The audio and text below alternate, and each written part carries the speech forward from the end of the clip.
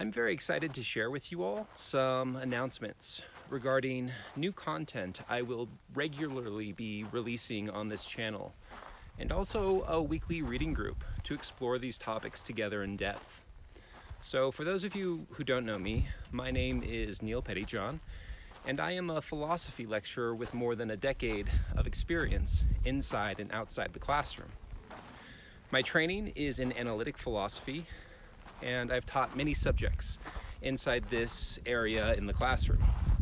But my interests lie far outside that scope. Over the years, I've become troubled by what can and can't be talked about in a traditional academic setting. And so a major impetus in creating this channel is to develop a way of doing philosophy that cultivates a sensibility for approaching the ancient traditions in the West that we have inherited. The guiding thought behind this channel is that the sacred is a reality that we can come into a living relationship with. Our culture has, in so many ways, closed off the routes to the sacred. But the sacred is not just a reality set against another more material reality, but is reality itself, and thus permeates everything. So many have come before us who knew this and charted routes to its source. But for the most part, they've been sidelined and silenced, pushed to the edges, papered over, because what they brought back for us doesn't have any place in the artificial structures we have built.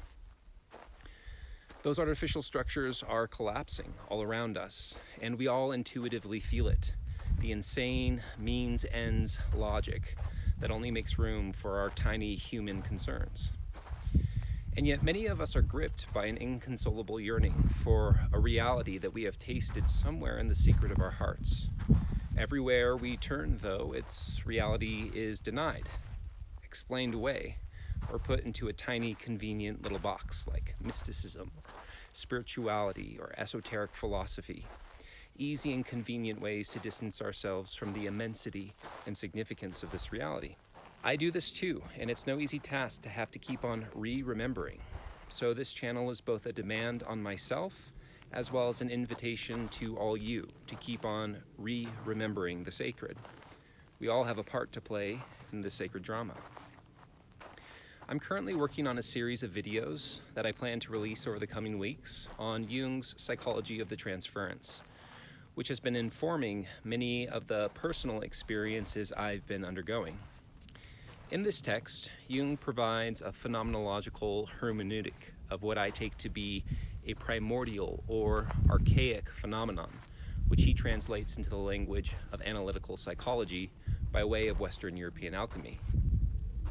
I also want to tell you about the kind of content I plan on producing for the channel, as well as to invite you to join me for a weekly reading and discussion group over Zoom that will take place on Wednesday evenings from 7 to 8:30 p.m. Mountain Standard Time. That's 6 p.m. Pacific Time and 9 p.m. Eastern Time. Our first session will be on September 11th. The reading group will cover texts relevant to the themes of this channel, and I want to start with Jung's The Phenomenology of the Spirit in Fairy Tales, details of which will be in the description below, and which I will say a little more about in a moment. While this channel has been a minor project of mine, I am planning on devoting much more time to it, because I think it is an excellent opportunity for discussing themes not usually welcomed in more traditional academic contexts. The goal of this channel is to develop a kind of thinking that cultivates a sensibility for approaching the indigenous philosophical tradition in the West, a tradition that was carried into Hermeticism, Neo-Platonism, and Greco-Roman alchemy, and which from there made its way into the Islamic world, and was preserved and cared for, especially by Sufis. I also plan on bringing in modern thinkers who can help illuminate this sensibility.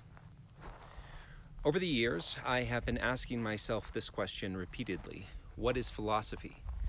And if we take our starting point from the origins of philosophy in the West, then what we encounter as philosophy in contemporary academia is hardly recognizable as philosophy.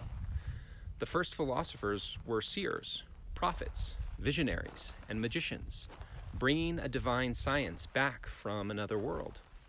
Their science, their philosophy, was a way of recognizing and reconnecting to the sacred.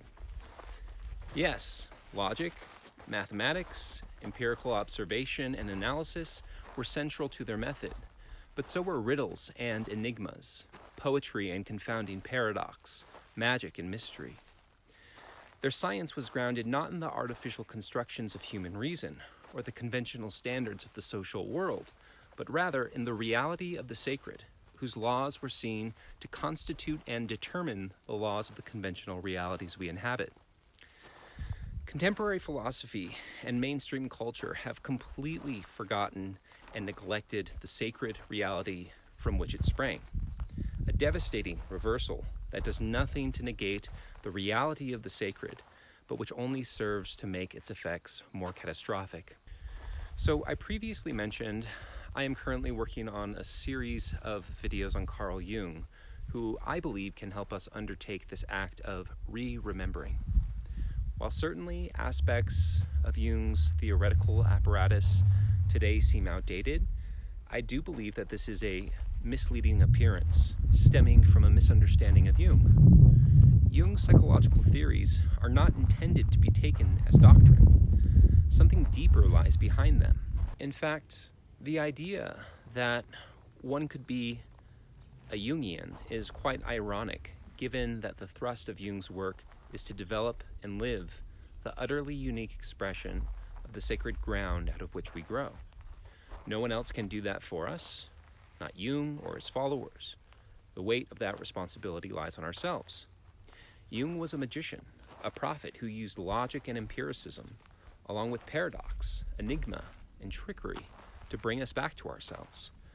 He charted a route to the source of the sacred, and thus can be seen as one of those archaic shaman philosophers delivering a sacred teaching that, when understood and realized, sets one on a fundamentally unique path on the way of their own being. Jung is a guide who can take us beyond the neat and tidy categories we use to contain the sacred, even beyond the categories of Jungianism.